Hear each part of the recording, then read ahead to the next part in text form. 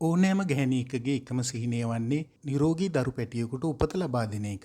ඒක හැම ගැහැණියකගේම හැම වෙලාවකම දකින හීනයක්. ඒ හීනය හැබෑවක් කරගන්න ඕනිම කාන්තාවක් හීනමවනවා.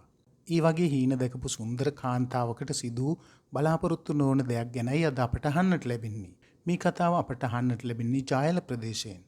තමන්ගේ කුස තුළ දරාගෙන හිටපු පුංචි සිඟිත්තියගේ මුහුණවත් දකින්න නොලැබී දිනෙත් පියාගත් කාන්තාවක් ගැනයි මේ කතාව.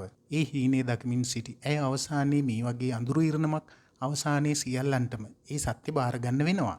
අන්න ඒ ගැන ඇසෙන තවත් එක් සංවේදී කතාවක් මේ. නිර්මලා ඇල්ලේගල. ඇය හරිම ආදරණීය සිහිනයක් වෙනුවෙන් පෙරුම් පිරූ කාන්තාවක්. ඒත් අද හැම දෙයක්ම කඳුලකින් අවසන් වෙලා. ජායල දෑලතුරු පදිංචි 33 හැවිරිදි මේ කාන්තාව පසුගියදා සිය දරු ප්‍රසූතිය වෙනුවෙන් රෝහල් ගත වුණත් ඇයට හීනේ සැබෑවක් කරගන්න බැරි වෙනවා. ඇයට වගේම නිර්මලාගේ කුසේ සිටි පුංචි බිලිඳියත් ජීවිතේ හැරගොස් ඇති බව තමයි දැනගන්නට ලැබුණේ. කොහොම වුණත් ඇයට ආදරය කළ බොහෝ දිනකට නම් මේ මරණය තවමත් හීනයක් වගේ.